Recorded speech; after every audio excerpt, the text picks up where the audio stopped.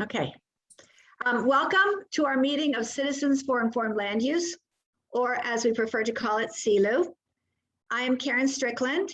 I share the presidency of CLU with Regina Crisione, who is participating from her home. We work closely together to promote CLU's mission.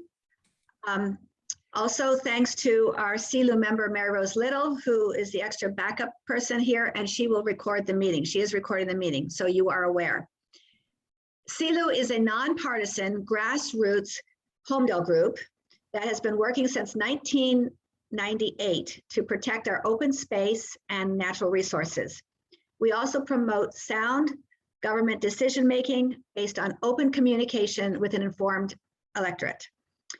Over our 22, almost 23 years of existence, we have been successful at advocating for land use decisions to preserve our open space and parks, build nature trails, and protect our watershed, which, as you know, is very important for protecting our quality and quantity of our drinking water. You can see evidence of the work members of CLU have done all around Homedale. Some of these include the 97-acre De Palma farm, which we preserved and saved as farmland, the 20 acres on the east side of Laurel Avenue, south of Route 35, which is now the Mahoris Greenway Nature Area, and the 103-acre F&F Nurseries is saved as farmland and is part of the Raminescent Brook Greenway, which if you've gone walking from Homedale Park through to the Bayonet Farm is a beautiful piece of trail right here in our lovely town. So first, Regina is going to talk about our meeting and how it's going to go. Okay, today's meeting is hosted in conjunction with Homedale's Green Team, which was created in 2008. Janet Burke, the current Green Team co-president, will speak for a few minutes after our main speaker's presentation. The presentation will be recorded. It will be made available on our CLU YouTube channel. So those who aren't able to make it right now will have access to it in a day or two. I would like now to introduce our main speaker, Ms. Bryn Marcello, Marketing and Program Director at Mazza Recycling. Mazza Recycling is a waste and recycling management company that processes single stream recyclables for Monmouth and Atlantic counties. Ms. Marcello will show us Mazza's state-of-the-art 70,000 square foot facility that opened last fall in Tinton Falls. She will also explain Mazza's process of recycling the plastics, paper, and other materials that will leave by our curbside. Please hold your questions until after the presentation. To ask a question, use the Q&A button at the bottom of your screen, and Karen will field the questions to the presenter. So Ms. Marcello, welcome, and you can begin. Thanks, Regina. Hello, everybody. My name is Bryn Marcello, and as Regina mentioned, I am the Marketing and Program Director for Mazza Recycling. Hopefully everybody can hear me okay. I have a presentation that I'm about to give regarding our brand new sorting facility, which has been operating since November of 2020. So it's a fairly new facility in our community. And we have always been recycling paper and plastic at Mazza, but because of this new state-of-the-art technology, we now recycle and sort material from all of Monmouth County and all of Atlantic County. So that is why it's important to understand the process of where your recyclables end up in order to understand how they get recycled and what material gets recycled. So that being said, I'm going to share my screen here and walk you guys through the process. So hopefully everyone can see that okay. So just a little bit of background about Mazza. We've been around a long time. We have the third generation overseers right now on our executive leadership team, James and Dominic Mazza. They took over for their fathers in 2017 and began Mazza Recycling as it is today. So previously it was a construction and demolition company. So it was much different the way that it was run. And even in the past 5-6 years, we've incorporated many more recycling divisions in order to advance more to the 21st century and help more with the environmental crisis. So that being said, they started wood recycling, which is how we make mulch at our facility. They started taking that construction and demolition debris from some of those construction sites and recycling it in our transfer station. So we do have a transfer station on site that takes larger appliances and bulky items, bulky waste as well. We are a Class A and a Class B recycling facility. So that Class B is the wood organic material. But today what we're going to really be focused on is that Class A, which is all the single stream curbside material, which includes all of the household recyclables that you guys use regularly and throw away at your homes. So today's overview of the recycling process is going to talk about those items that you can recycle at your curb. So these are the commodities here that you'll hear me talking about today: paper, plastic, glass, metal, and cardboard. They obviously dive even further, but these are those overarching umbrella categories that we recycle here. And then I'm going to get into all the different grades of all those different materials in my presentation today. So before I show you guys a video of the actual sorting line and how that works, I'm going to just discuss some of those terms that you're going to hear in the video, go through a little of those newer technologies that you guys might not be familiar with, so that when you watch the video, hopefully it'll all start to make a little bit more sense. So single stream recycling is just another way of saying that the consumer puts all that material into one bin. It's commingled and it goes in the same recycling truck and then ends up at our facility and gets dumped on our tip floor, all in one truck. So that's saving, you know, the carbon emissions from more trucks being on the road. And it's a little bit different from a dual stream in which the fiber and the 3D plastic containers are separate and recycled separately. So that's why you'll hear me say single stream recycling as opposed to dual stream. MRF, MRF, you might hear me say MRF. A lot of people come for tours of our facility and they're like, what's MRF? I don't know what that means. It's basically just the acronym for Material Recovery Facility. So that's just the actual building that all the material enters. That's how we sort and recover the recyclable material. So the actual building itself is a material recovery facility. Could also be called a single stream recycling facility, a sorting facility. It's all one and the same. The tip floor is where all the material gets dumped onto literally the tip floor. So the back of the recycling trucks open up, they tip over and they dump all the material onto the floor, where you'll see some pictures and video clips throughout. So that's where all of your material comes in. It enters through our giant garage door and it goes into the tip floor, where this machine here, the loader, will scoop up all that material and put it into our drum feeder. So that's what you're seeing a picture of here, which is that green box that the loader operator is actually physically picking up and dumping material into. So that's the start of the entire system. And where it enters, it basically uses that drum feeder to homogenize the stream and take all that material and transfer it onto the conveyor belts in a nice even line, so that the machine doesn't get overloaded, it doesn't get overwhelmed. It takes all that material and places it onto the conveyor belt. So that's the job of the loader operator and the job of the drum feeder machine that you see in this picture here. So the next couple things, I'm going to just go over the terminology. You may have heard some of these terms before, but this is how we in the recycling industry refer to those different commodities that we recycle. So once it enters onto the sorting line, it gets separated based off of commodity type.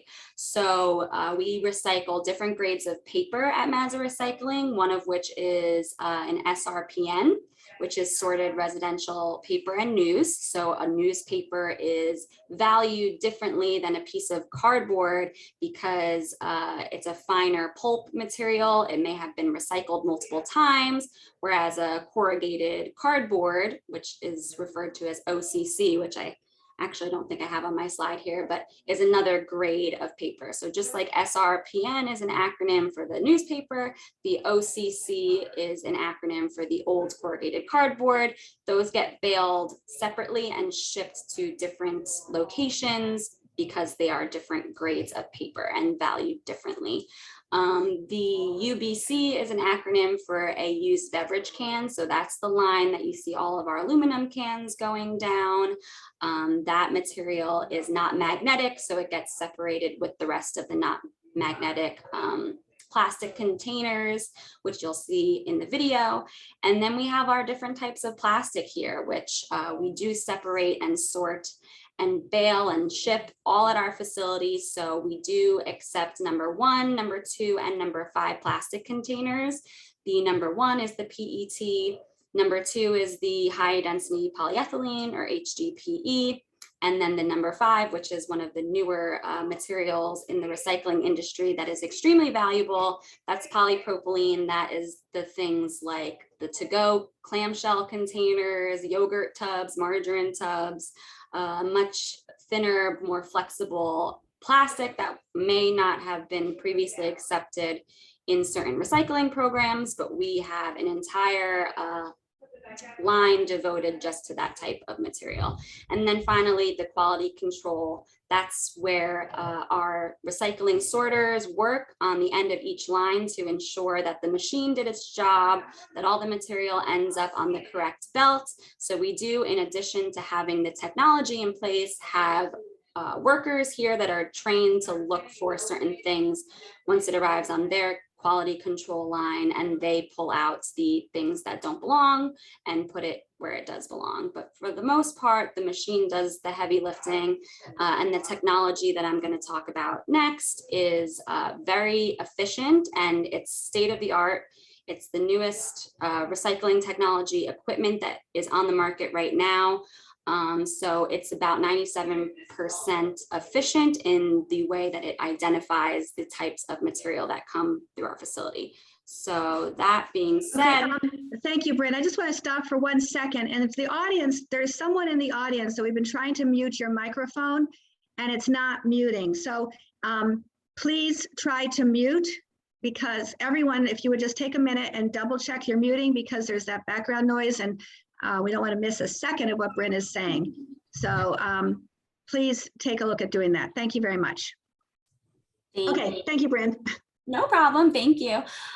So some of that technology that you're going to see in the video, this is just a breakdown of the different pieces of equipment that we have installed in our facility. It's all installed by Van Dyke. So they are a company based in Europe, and they have installed sorting technology for like equipment such as this in many places throughout the world.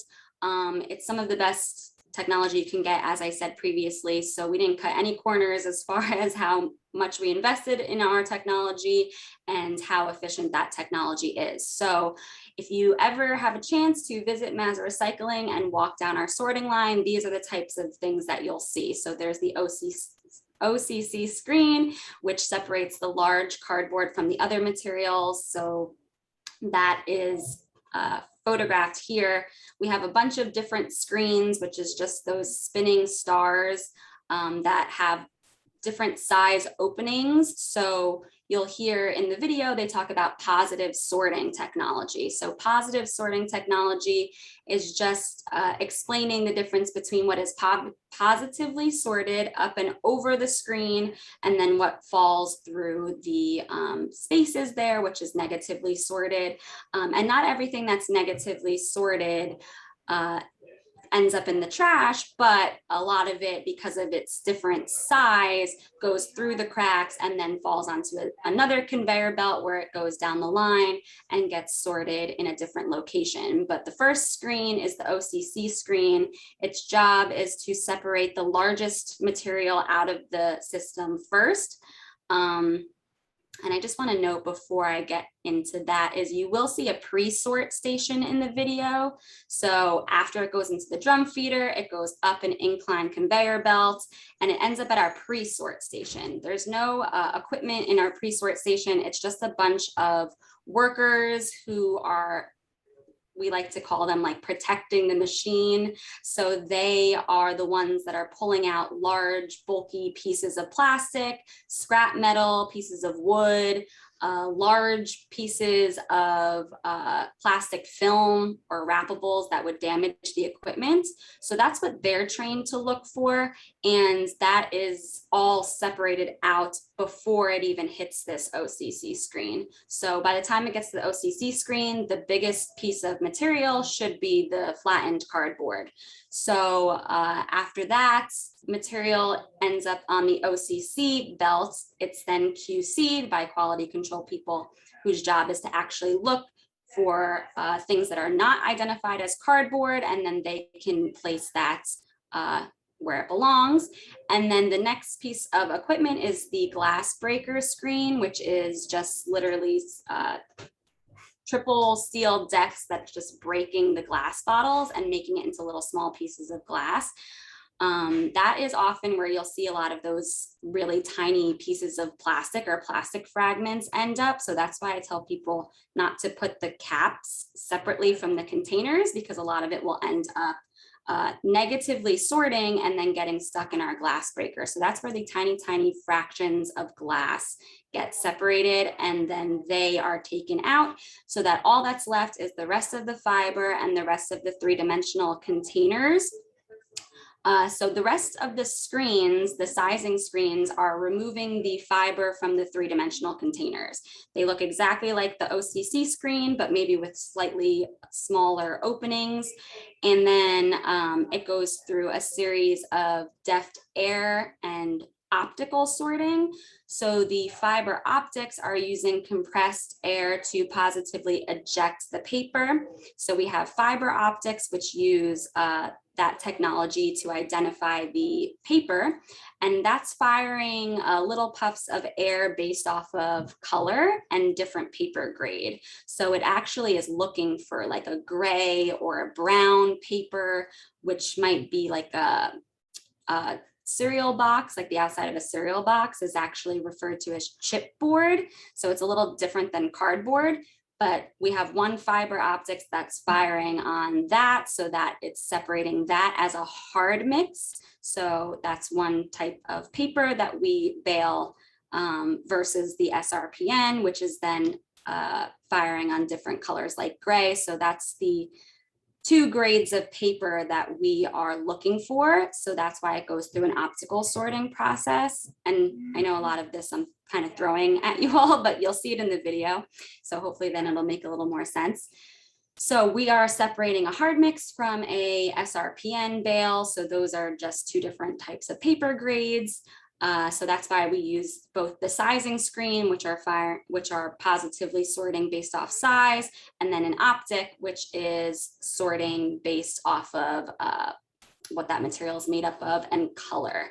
So then after all of that gets separated, here at Mazza, we have one final screen process, which not a lot of material recovery facilities will have this, but we installed it just to be that much more effective in how we separate our paper from our three-dimensional plastic containers. And that is an elliptical screen. So I'm going to show you guys some pictures before we get into the video, but that's just having like the smallest possible openings. It actually moves back and forth like an elliptical machine that you would see in a gym. So that's just taking those small bits of paper that have made it through and separating it from the three-dimensional containers. So that's just one more way of really taking all of those materials that have fallen through the cracks and separating it with the rest of the paper. And then the second half of the machine passes through a magnet. So now you should really be left with only those three-dimensional containers. And then the magnet is recovering the ferrous containers, so the tin cans from the stream. So what that's doing is taking out all of those magnetic metals. And then finally, it goes through our container optics, which just like the fiber optics uses puffs of air to fire on different genetic makeups. So what that's looking for is either a PET, an HDPE, or a polypropylene. So those are the 1, 2s, and 5 plastics. So the machine actually can tell you how many different PET items pass through, how many different HDPE items pass through, so that we can really custom tailor those computers to tell us how effectively they're working. So usually it's about a 97% rate that it's firing on the right material that it's programmed to fire on.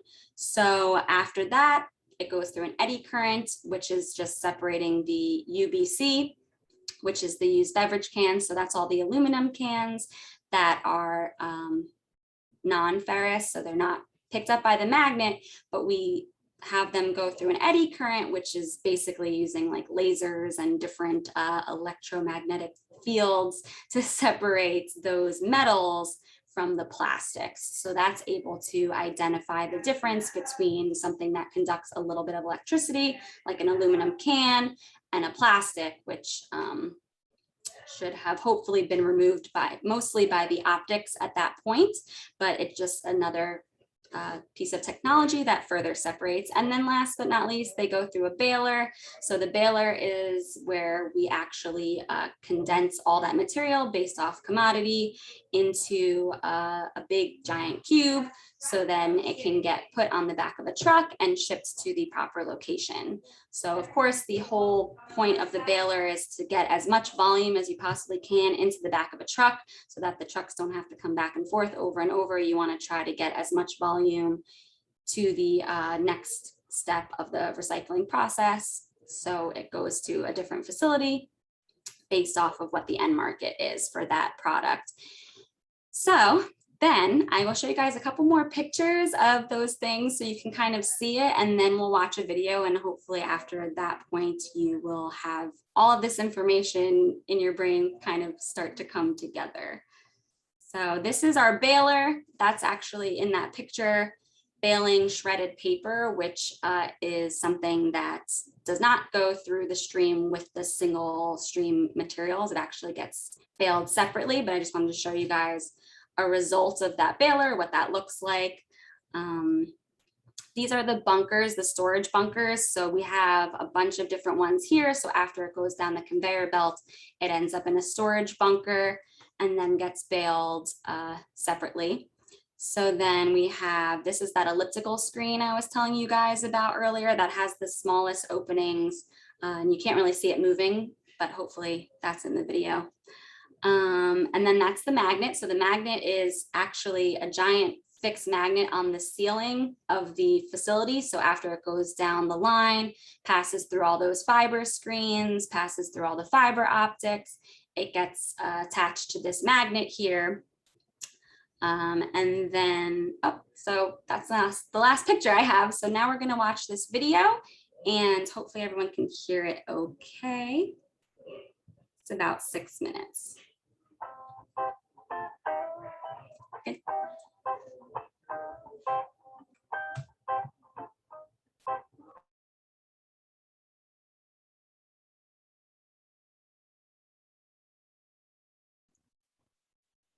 Whoops, I can't hear it now. When material first Better. Yeah, maybe a little louder. At that point, we have an employee that grades the material. They're looking. Oh, sorry, I just touched my volume, so hopefully that. For excessive moisture, contamination, and garbage.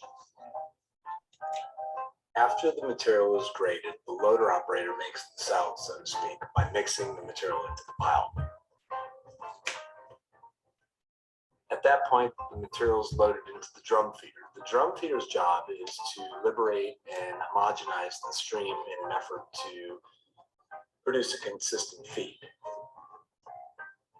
The material then travels up an inclined conveyor to the first sorting platform, which is a pre-sort platform.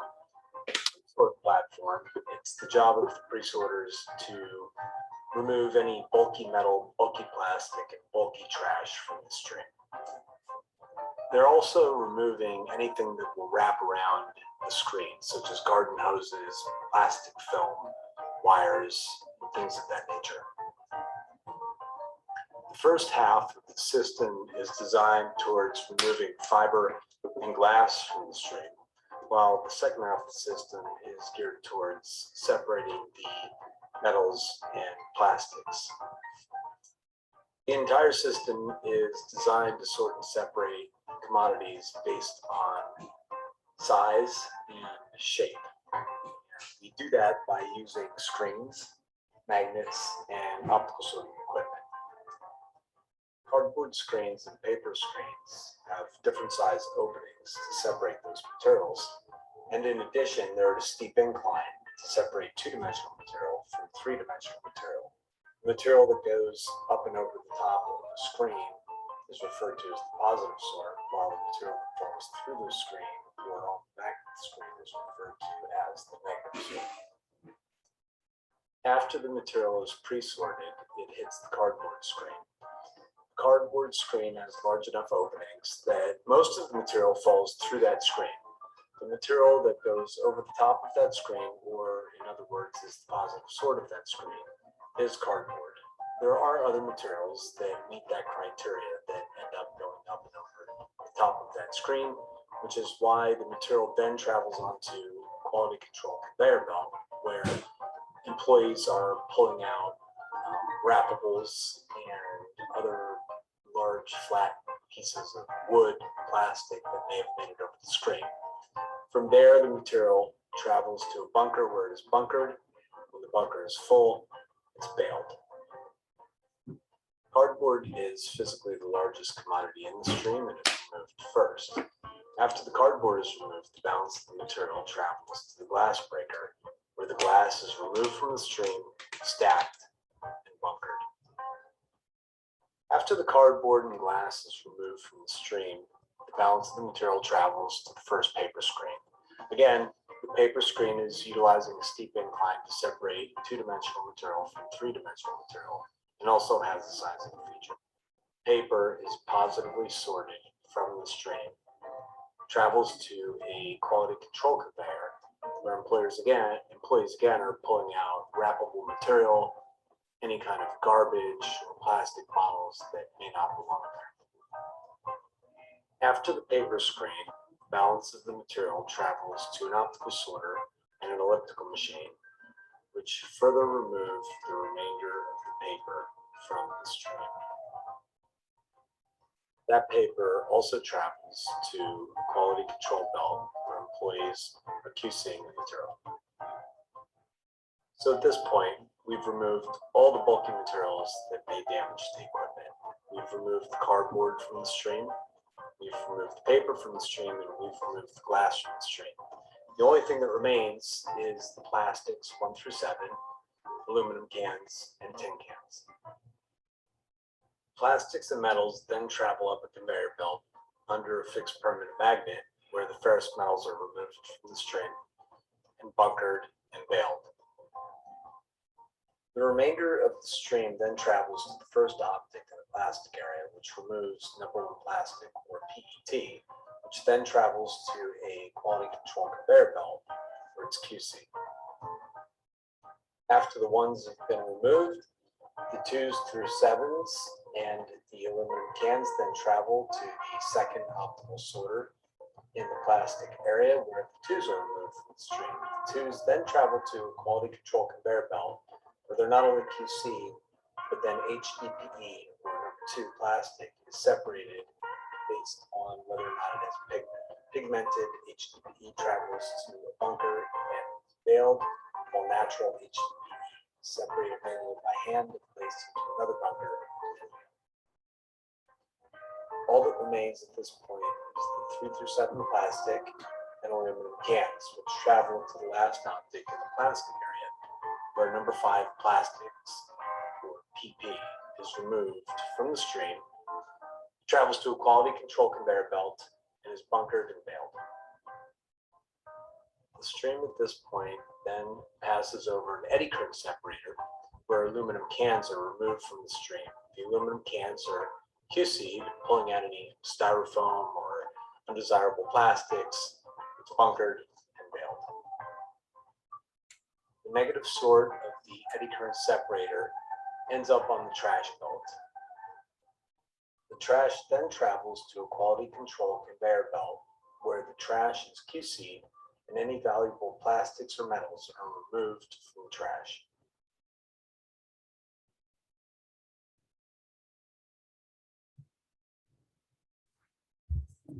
Okay, so that should have hopefully cleared up a few things that I mentioned and maybe brought up some other things.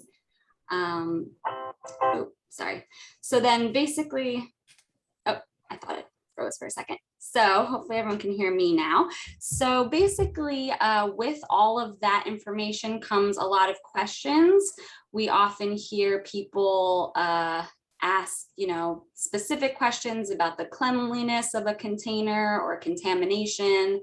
How does that come into play with our sorting facility? So if you look at this graphic here, it kind of shows you, that there's a lot of items that we do tell people to put in their recycling bin. I mean, if it's a plastic, 1 through 7, the only ones that are really harmful to the material recovery facility are the wrappable ones like plastic film and plastic bags. That can actually just get wrapped around those screens and damage the equipment and break the screens. So we usually shut down for maintenance all day, and at a certain point of the day, every day, and you can kind of see what plastic film does. It gets really wrapped around some of those screens. So that's why we say, that material is not okay. And then you want to leave the items loose. Obviously here we don't put items in bags.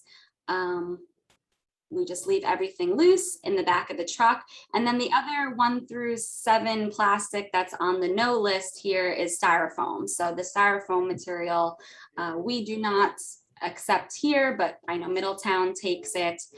The machine is just not designed to sort through styrofoam. And we personally don't have an end market that we have that we send styrofoam to. So if you put your styrofoam in the single stream at your town and it ends up here, it's going to go in the trash belt. Other big problematic things are electronics, batteries that can cause a fire, especially with all the material in there, like the metal and the paper. It's very easy for it to hit the tip floor, come out of the back of the truck and just instantly start a fire just because of all the materials that it's mixed with. So that's obviously hazardous to our workers.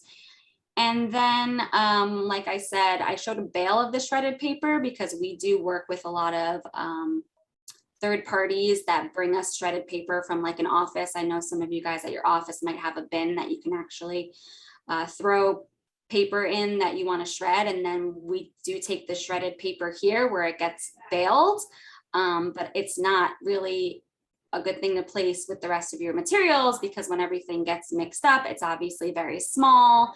It can fly up in the air. The machine is not really designed to handle those really tiny pieces of paper or even tiny pieces of plastic, which again is why you'll see here I say leave the caps on a lot of the time because that will end up falling through the cracks or not ending up with the rest of the plastics that'll actually end up in the trash. But that being said, there are a lot of things here which I'm sure you guys might have some questions on. We try to keep up with the latest information in the recycling industry. So we have worked with a lot of product manufacturers in the past year, including, Keurig and Colgate. And, if you follow the industry trends right now, a lot of those producers of packaging are looking at material recovery facilities like ours and looking at the new wave of the recycling industry and trying to determine what they can make their products out of so that it is actually recyclable. And by 2025, a lot of them are going to have to completely redesign their packaging so that it is made up of a recyclable plastic, or it's, you know, compostable. If it's something that's like a plastic wrap or something that's not able to be recycled, then they are responsible for now trying to figure out how to do that. So that's why I give a lot of credit to companies like Keurig and Colgate, who have redesigned their packaging already.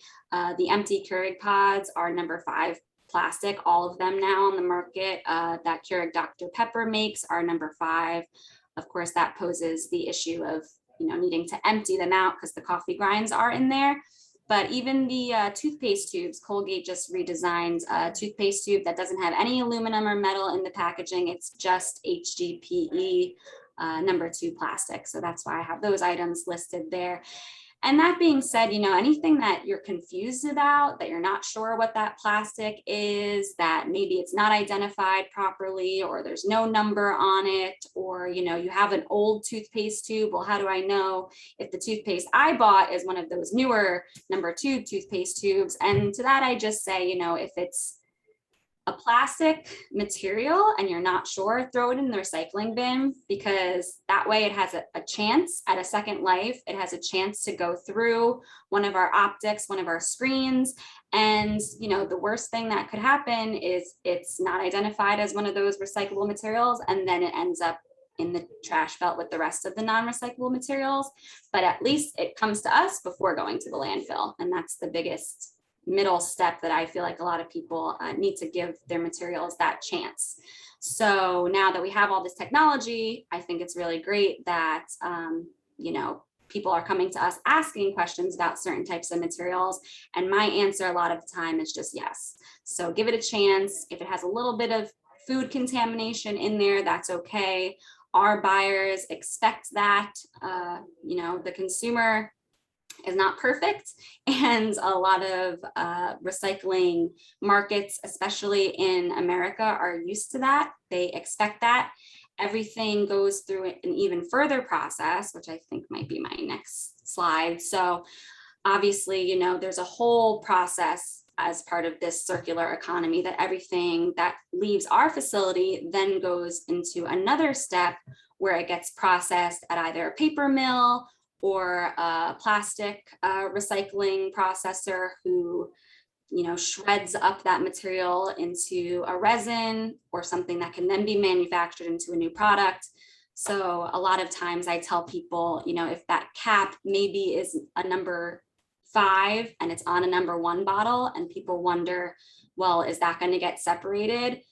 It might end up in that number 1 bale, but then the processors have all of their solutions that they can separate the plastic that they use versus that other plastic. So there's a lot that goes on before it gets then turned into a new product. So that's why it's important for people to understand that that material just entering the recycling stream is the biggest positive thing that I can leave you guys with today. Is anything that enters the stream is going through the recycling process.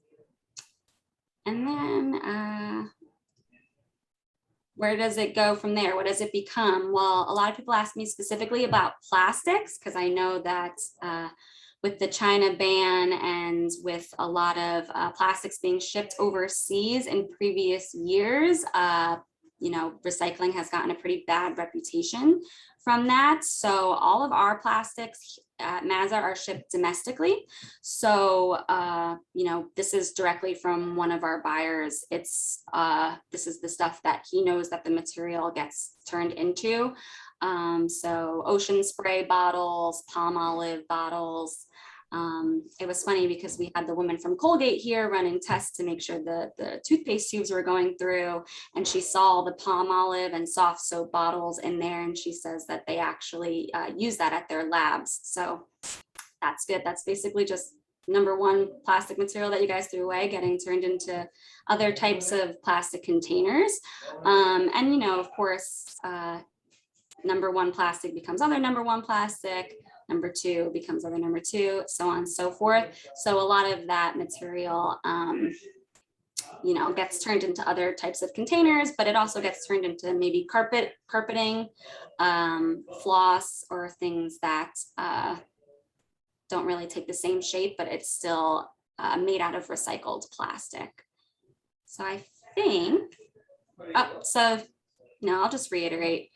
We do a lot of these presentations for groups like yours. We do a lot of presentations for schools. So I like to try to just recap on those materials. I usually have them answer, but just to get to the next presenter, because I know we have someone else who's going to speak after me, but these are all non-recyclable materials, the styrofoam, the plastic bags, and the hoses. I call them all wrappables, well, besides the styrofoam, but anything that get tangled in the machine is not recyclable. The batteries, the electronics, those can get recycled, through an electronic recycling program or a battery recycling program. I like to give a shout out to Monmouth Wire, who's like right up the street from us. We can walk there. It's in our driveway. So if you're near Tinton Falls, I know Monmouth Wire takes electronics and batteries.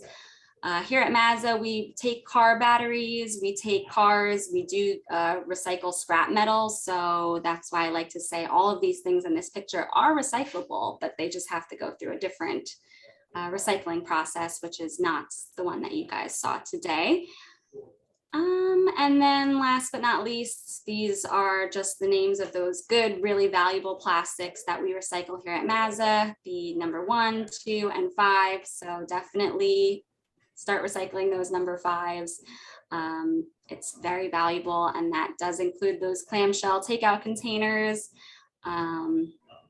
So that's all that I have today. I know there's a lot of information, but hopefully you guys understand a little bit more about our process. And I know that, was it Regina that's going to speak? Yes. Thank you. That was very informative. I'm very excited to hear about. Ah, Here she is. Regina, you got muted. Can you unmute? I am sorry. I said thank you, Bryn. That was very informative. I'm very excited to hear about the coffee pods, the toothpaste tubes, and the number 5 plastics especially. Now I would like to introduce Janet Burke, who is co-president of Homedale's Green Team. A little bit about the Green Team. They've worked on green initiatives for many years, included but not limited to the construction of a community garden by Town Hall, an anti-idling campaign, styrofoam recycling events, and the installation of water bottle filling stations at both the high school and at Phillips Park, which cuts down on the plastic pollution. The Green Team has received the Sustainable New Jersey's Bronze certification in 2015, and again they were recertified in 2018. This designates Homedale as a leader in waste reduction that is working towards a sustainable future. So Janet Burke is here. She is the co-president of the Green Team. She has worked for many years on local land use and environmental issues, and today she will discuss the ways that residents can recycle materials that are not picked up curbside. Okay, Janet, you're on. Okay, so let me share my screen and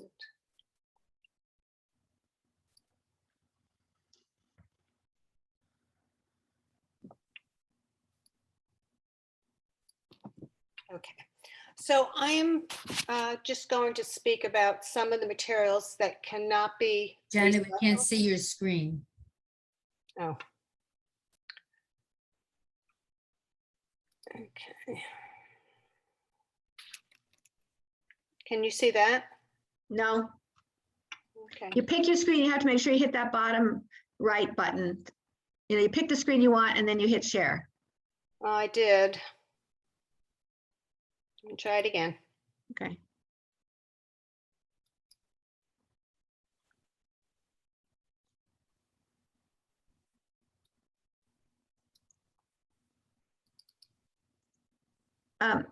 Mary Rose has it on hers. Mary Rose, do you want to just share yours? Oh, there. Nope, you did it. You did it, Janet. Okay.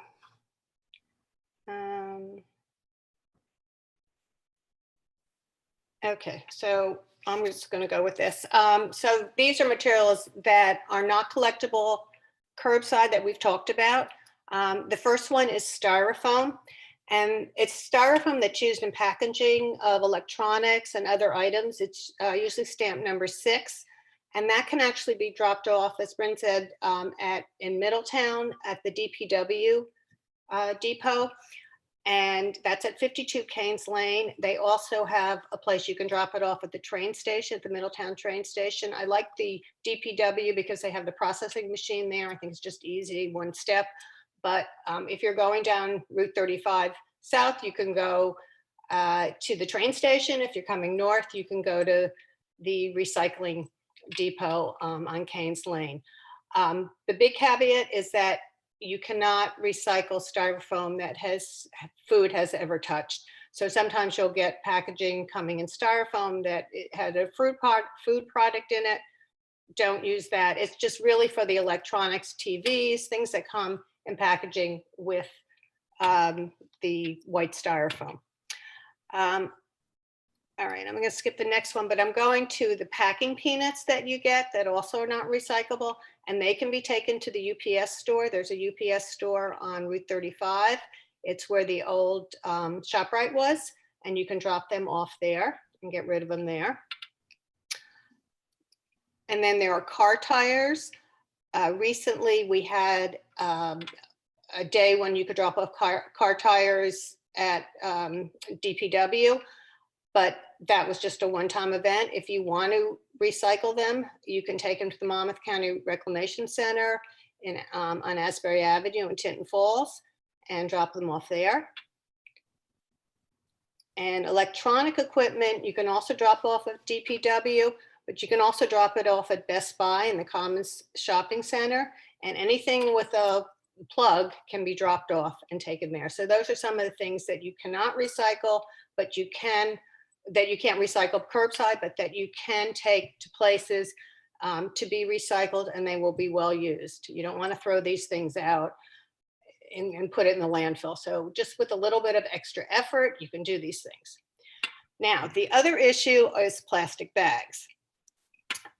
So a couple of years ago, the Green Team, in cooperation with the town, joined the Trex plastic bag collection program. And at the time, before COVID, the town was collecting plastic bags at Town Hall. And then members of the Green Team would pick up those plastic bags, bundle them together, and take them to some of the outlets that would accept the plastic bags. They were Whole Foods, Acme, Wegmans, and Kohl's. And they collect it, and then they would send it off to Trex. And Trex would use the plastic bags to make their furniture and their decking. Because of COVID, some of these places are not taking them in large quantities, but they are still collecting, and according to Trex, they are still sending them off to Trex. If you go into one of these stores, they may not know where they're going, but they know that they're collecting the plastic bags and they're sending them somewhere. As far as we know, they're going to Trex. So we are trying to continue the program. And the program is, if the town collects 500 pounds of plastic bags, then the town will get a bench, a plastic bench. Before COVID, we were at the 250-pound mark. So some of us are actually taking these plastic bags, weighing them, recording them. Janet Jackal, my co-chair, co-president, is recording it.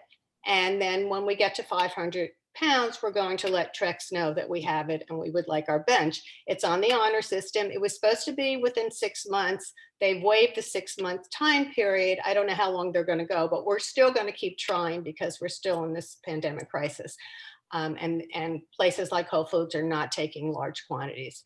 So if you would take the extra effort and would actually weigh them, and then if you would send a message to the CLU email saying how much you collected, that will be sent off to Janet, and we will keep track of it, and we will keep going incrementally and hopefully get to our 500 pounds. You can also drop off the plastic bags at DPW, but they're not going to this program. It's certainly easier to go to DPW and drop them off rather than, put them in a landfill. But if you want to take that extra effort, and some people are doing that, that would be great. Okay, so those are really the 4 things that I can tell you about that or 5 things that I can tell you about that might help keep products out of the landfill. And with all the recycling that's being done by Mazza, I think we're in much better shape. So that's all I have to say. I can have questions when we get to the question and answer period.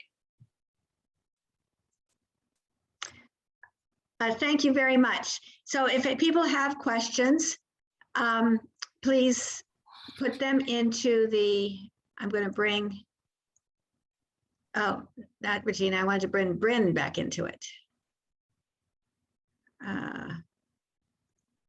There you are. Hi. You are back here.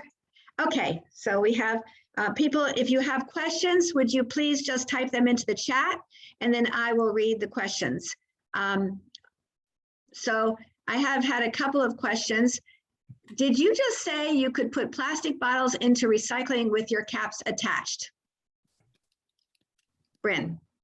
Yes, that's what I said. If they are small, that's really the biggest thing to take away. A lot of people will take the caps off of their plastic water bottles that are less than 3 inches, and they'll actually get lost in the recycling process. You know, ours ends up with our glass or maybe falling through the cracks, maybe in the trash belts. So we do try to QC everything and pull all those out, but it's much easier to leave the small caps on the bottles. If it's something over 3 inches and you want to separate it and put it in the bin separately, that's okay too. But a lot of like Coca-Cola bottles, things like that, that have the small caps, I keep them on. Okay, how important is it to keep your newspapers and cardboard boxes dry before or during curbside pickup? It's not that important for you guys as the consumer. I'd say, you know, we never know if it's going to rain on recycling day or what's going to be the case as far as the weather. So it's totally fine if they're a little wet. What we do here is we actually mix it. We keep a lot of dry material on hand. So when the material is wet, we mix it with enough dry material that it kind of soaks up some of that water, just so it's not weighing heavy down on the machine. But it's not very problematic for you guys at all to have a little bit of wet cardboard in the mix. Okay, so and also adding onto the bottle caps, the metal pie tins, can metal pie tins and metal caps from jars like salsa, they have they often have a plastic lining, but they're metal. Can they go in? Some of that mixed material, it's just going to end up, whatever it's mostly comprised of, that's where it's going to end up. So if it has a little plastic on there, I'd say that's fine to recycle with the metal. The metal lids on the glass containers, like the glass will get broken and separated, so that'll end up with the rest of the metal. So I would say, yeah, that's okay to leave them in your recycling bins. Good. Oh, and the pie tins and the clean aluminum foil, like those cooking trays, we do recycle aluminum foil. So if it's clean, for the most part, yes, that can go in the bin as well. Very nice. All right, Janet, the request was made of you. It said that Trex is also collecting more than plastic bags. Are you aware of other products that they collect? If you want to mention them. Okay, so there are, and I'll just read them off to you. The problem is if you take these bags to places like Whole Foods where they indicate they only want the stretch plastic bags, there may be an issue. But you can just take them, and they do include bubble wrap, the case wrapping bread bags, which is a stretchy material, but just get the crumbs out of the bread bags because they don't want anything dirty. Dry cleaning bags, of course, newspaper bags, cereal bags might be one type of bag that they may say they don't want, but I think you can just go ahead and include it. Toilet paper overwrapped, Ziploc bags, ice bags, wood pellet bags, stretch film, and furniture foam wrap.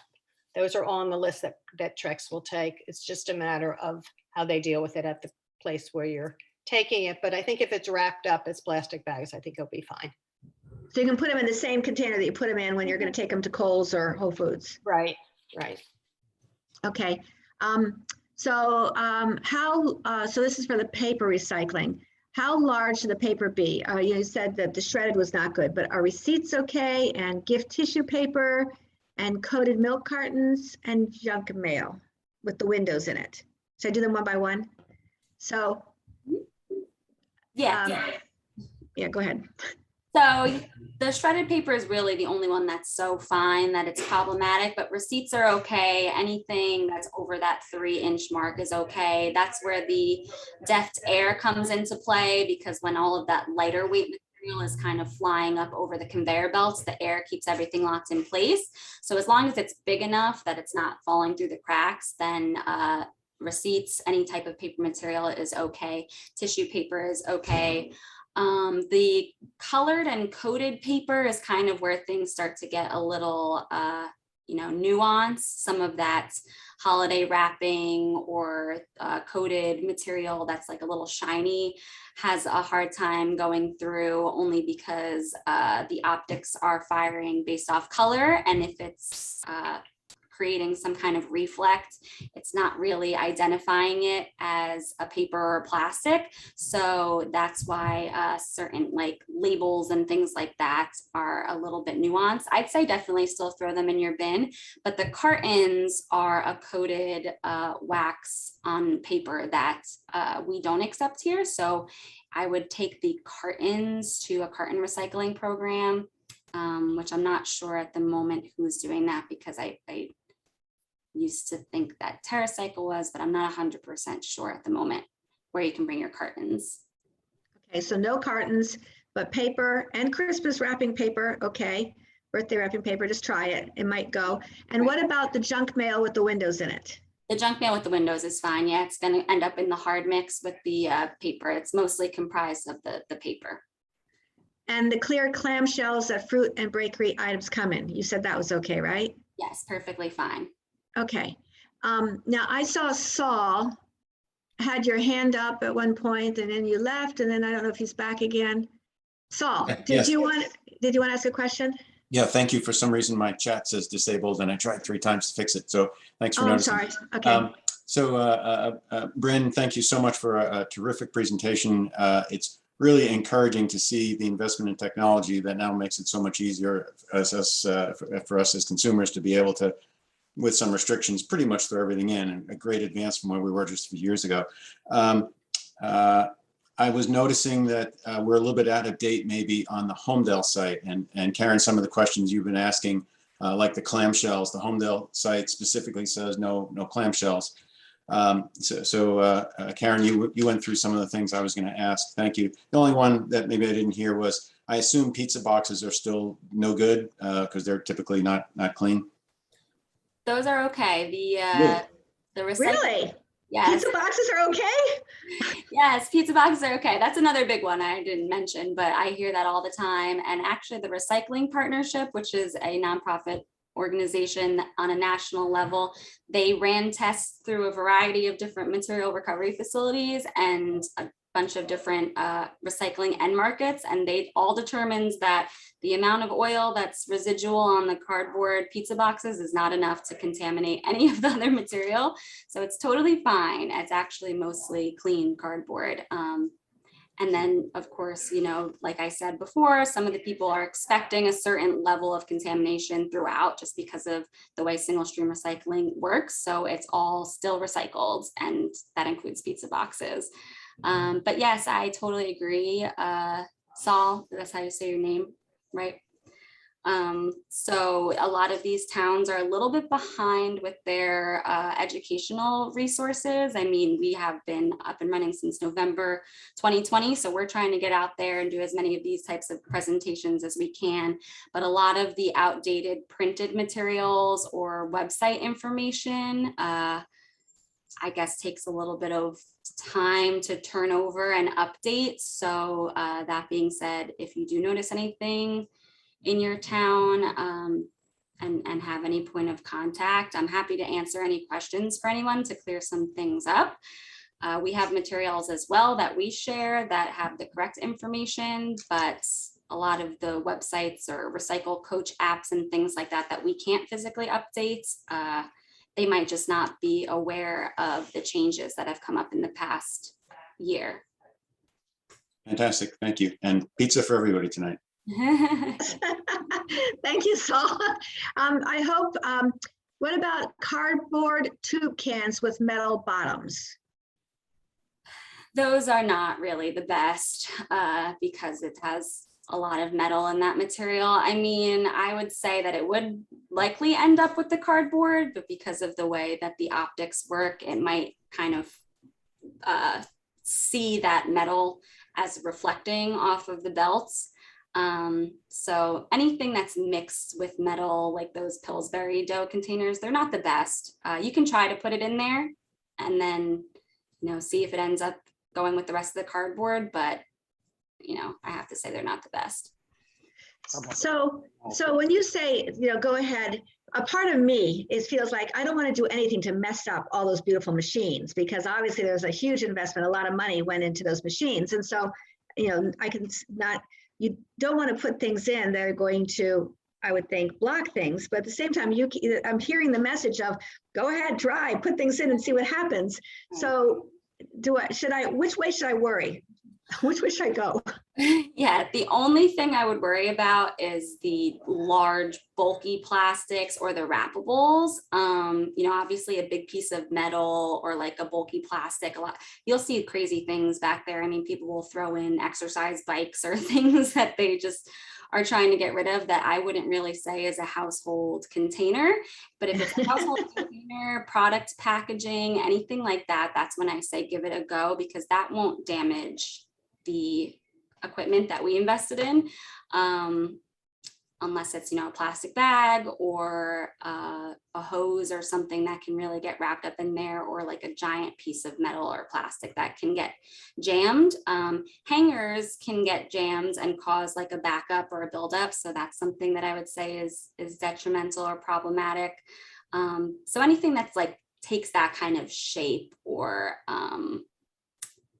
any material that's on the bigger size, I wouldn't worry as much about the smaller containers or the cans that you're not sure what kind of plastic it is, or it has mixed materials in there. That's when I say give it a try. Okay, so like on that Pillsbury, the cardboard tube containers, like if you cut off the metal and just put the plastic in, the cardboard in, that would be okay? I would think that's a great solution, yeah. Okay, all right. Thank you for that question. I'm sorry, I have one more Tina? question for Bryn. You mentioned before offline about the different municipalities that you serve that can accept all these things. Besides Homedale, Marlborough, Hazlitt, Freehold, are they all included? Red Bank, Yes. Middletown? Yes. So basically everywhere around here every town can and should be accepting these things, correct? Yes. Monmouth County and Atlantic County, we have every town. Every town, okay. Okay, thank you. Mm-hmm. Are there any other questions? Is there a good list of what's acceptable on your website somewhere? Yes, we have mazzarecycling.com/single stream recycling. We have a list. We have some information about our sorting plants. I can share somewhere so that maybe when they post this video on their YouTube, they can put the link in the description if you're interested in that. So that, yes. But if you just go to mazzarecycling.com on our website, under our services, we have single stream recycling, and that you can get there that way as well. Karen? Yes. Jenny, even though the Homedale website doesn't say anything about accepting number 5 plastics, we can do that now? That's excellent. I noticed that Victor Stevens had been on the call earlier. He's the head of DPW here. So I'm going to start putting my yogurt containers in there. Yay. And also, what about wood? Our railroad tie retaining walls are falling apart. Can I take the hunks of railroad ties and stick them in the recycling bin? I know our customer service has gotten asked about railroad ties a lot. I think there's something in there that they have to know. They have to test it if it has something in there. I'm not 100% No, they're pressure treated and they've got stuff in chemicals that keep them from rotting. So disposing them elsewhere. Okay. So Yogurt containers, yes, railroad ties, no. Okay, that's fine. Yes, so we actually, because we have the Class A sorting plant, that's why I'm talking about like that specifically, but we also have a transfer station and a wood recycling division at Mazza. So there's a whole nother list of items that we do accept that either end up in our transfer station or we recycle our wood. So as long as it's organic and not pressure treated, we turn that into mulch. And then the remainder of those types of materials end up in the transfer station.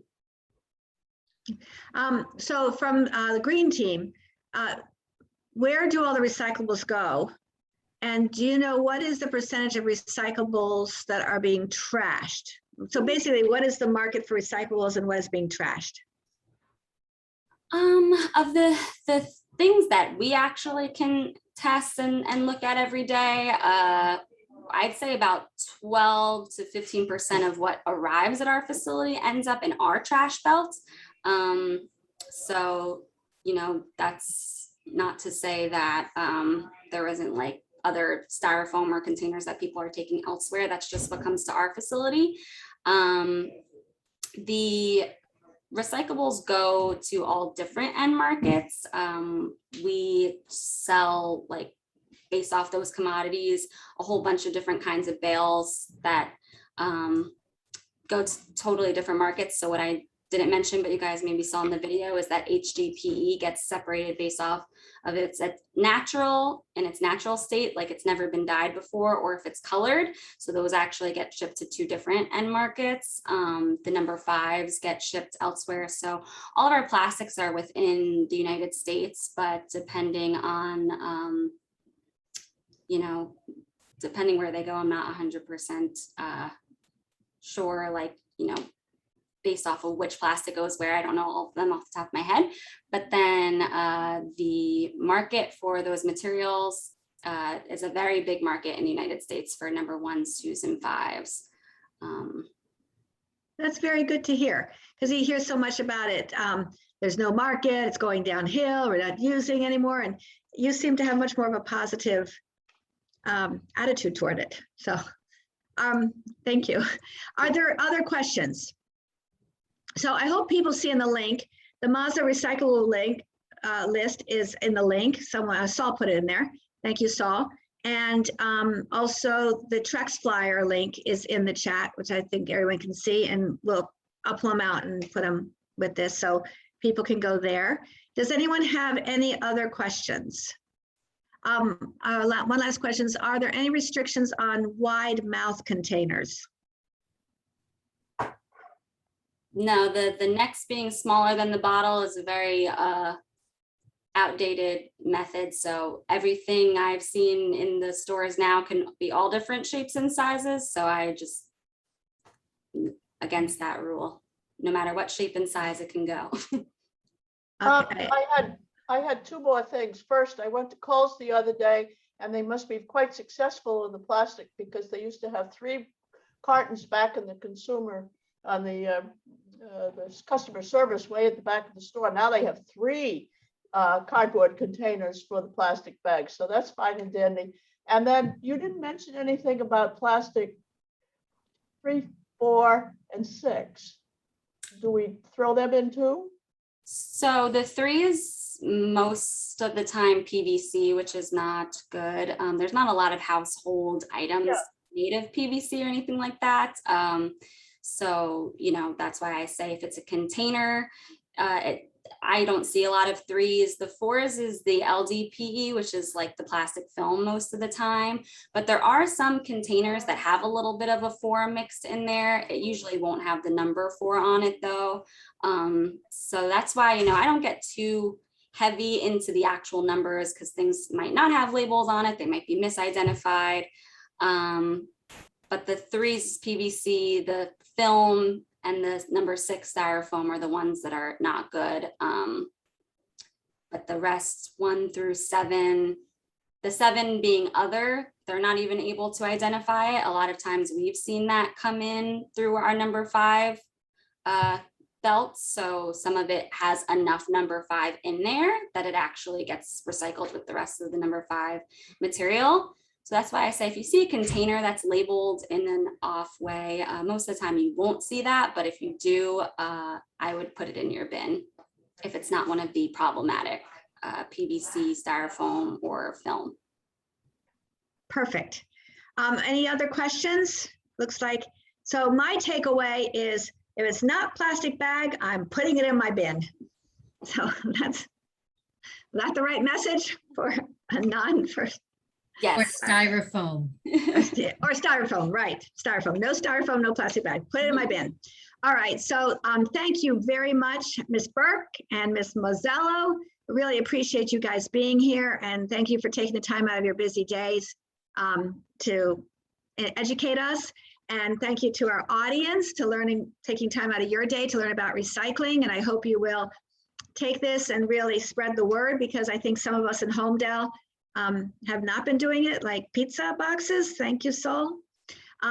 Okay, so if you like this kind of a presentation and like our group, we hope you will join us. We are Citizens for Informed Land Use, or CILU. And our next presentation is going to be our annual picnic, which will take place on Saturday, September 11th, 3 o'clock at Phillips Park. We are hoping to have some or all of the Homedale Board of Education or even the TC candidates there to meet and talk with us. And then in October, we will sponsor a candidates forum. And in November, we will, with all the candidates running for the Board of Education and Township Committee. And then in November, we will have Hogan Dwyer from Sustainable New Jersey talking about New Jersey's new residential energy efficiency incentive program. So that should be good. You know, we do all this renewable energy recycling that we're trying to get into to protect our environment. For the dates of these events, visit us on Facebook at Citizens for Informed Land Use -CILU. And then to join us, just go to our website at www.homedale-cilu.org. Our annual dues are $20 for an individual and $40 for a family. And that's all you need to do to join. Just send us some money and you're a member.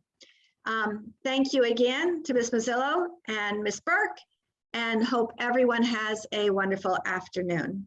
Karen, can I interrupt 1 second? Yes, you may. I just put in the chat box a copy of the letter that Trex sent me that you can show in a store in case the employees are wondering why you're dropping off things like bubble wrap. It identifies that it states all the things that Trex will accept. Okay, so we will put this link. I guess it's a, how do I do it? Put it, it's a link. We'll talk Well, offline. I put it in the chat box right now, so people who are still on can just download it to their computer. Okay, everybody on right now, download it to your computer right now. So And we there's a can- lot of important stuff on this chat. There's this letter. There's a link to Trex, what Trex does for the plastic bags. And there's a link to Mazza Recycling list. So take a minute and get the copy of these links, right? Just copy them to your computers right now. Yeah, you might have to download the PDF I just uploaded. Okay.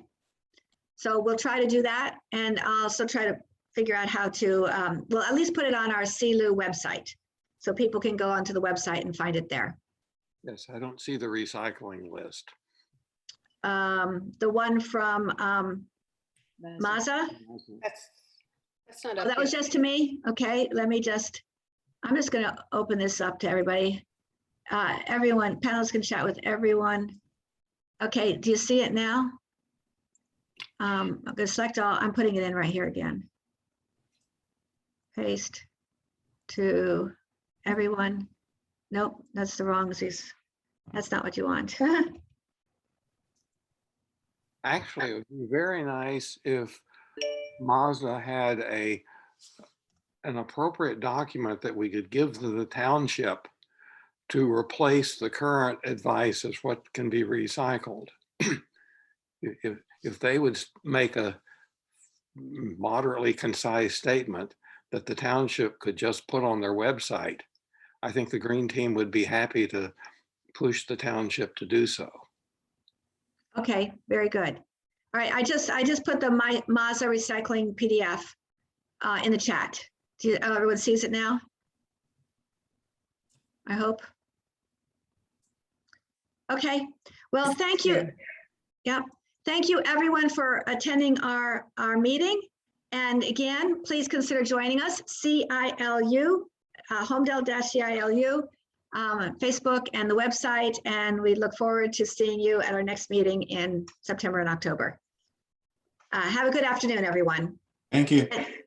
Thank you. Thank you.